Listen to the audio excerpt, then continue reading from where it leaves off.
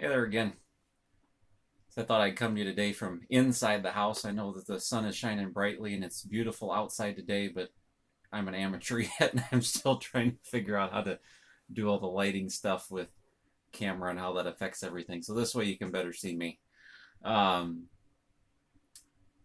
just hope you're staying encouraged through the midst of everything that's going on, and we're praying for you. Know that. Today's topic is the tongue. Boy, what a thing that is. You know, it's such a small part of our bodies, but an essential one at that. We eat with it, we taste with it. What wonderful things we taste. We speak, we sing, we make music. I was thinking of my grandpa actually as I was looking at James 3 today, and he was a man known for his whistle. It wasn't just the usual kind of a come here puppy call kind of whistle. It was an instrument for him. And he could use it to hum along with the country radio station that he was listening to, or even when we would drag him into church occasionally, and he'd whistle to some of the hymns as they were playing. But he definitely had an instrument there. And that same tongue that formed such beautiful music, though, was also at times forming unkind words. And we've all been in a place like that, haven't we? James chapter 3 makes this comparison and helps us to understand the power of our tongues as it talks about the power of a rudder that steers a small ship, or a small rudder steering a ship, a small spark setting a forest on fire.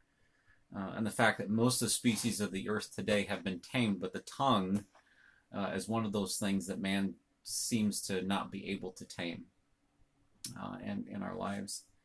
You know, and I myself, as I read this passage, find myself being guilty of some of the things that it's mentioning. You know, I can find myself expressing love and encouragement and those kind words to my family and friends. And then at the same time, you know, a flip of a switch, something frustrating happens, something doesn't go right, whatever it might be, and those words can end up turning to anger, can tear people apart, and can be disappointing, or a snide remark or something like that. And it's something I struggle with from time to time, and that God and I are still working on. And I'm sure that that's something that you can relate to as well, that sometimes we struggle with the things that we say and the words that our tongues form, we find coming out. James notes this, though, the struggle in verses 9 and 10 of chapter 3. He says, with it we bless the Lord and Father, and with it we curse people made in God's image. From the same mouth come blessing and cursing. These things should not be so, my brothers and sisters.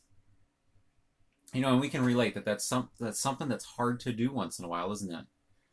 It's hard to control our tongues, but it's necessary.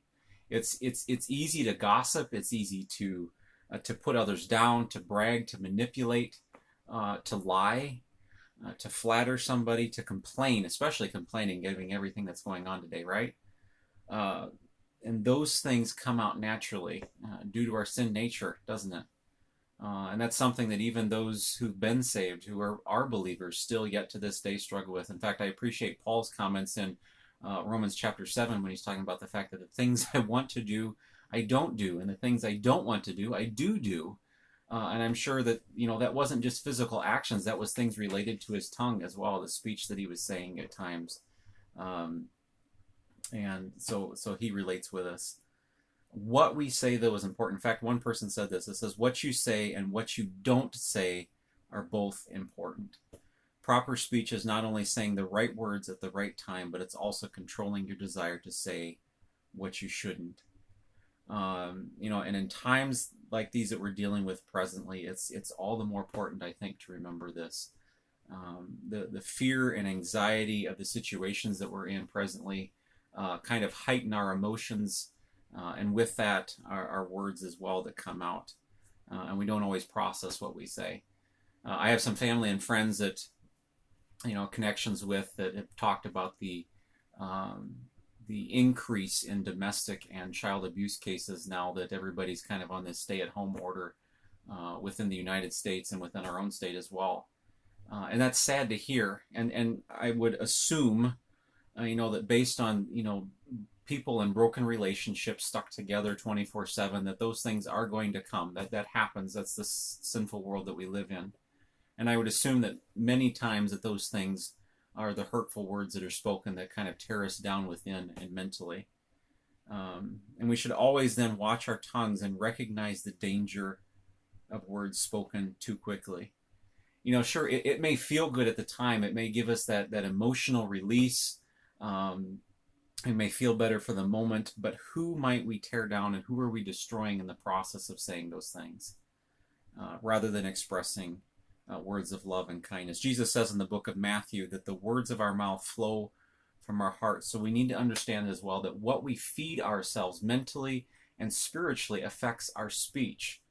And so that's all the more the encouragement to be in the Word in this time. Remember who God is. Remember what He's doing. Remember who we are in our fallen state, and how the patience and love and things that we need to practice towards one another.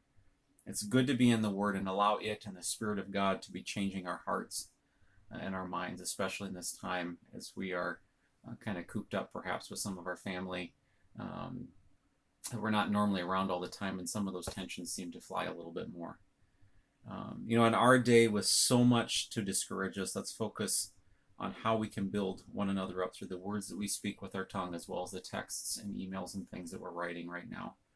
Let's focus on how we can start, or how we can encourage one another in the Lord. How can we calm an anxious heart? How can we help relieve some of the tension that's going on right now? Just simply by speaking some encouraging words, some things that build people up, some things that are kind and show love and mercy toward them. How can we calm that anxious heart? How can we dissolve the tension of a situation simply by leaving something unsaid? Above all, though, let's ask the Lord to guide our every thought and to help us bridle our tongues in this time so that we might speak only those words that encourage and that calm each other, and that are spoken in specific manners as well, that ultimately bring praise and honor and glory to God. Praying for you all. God bless.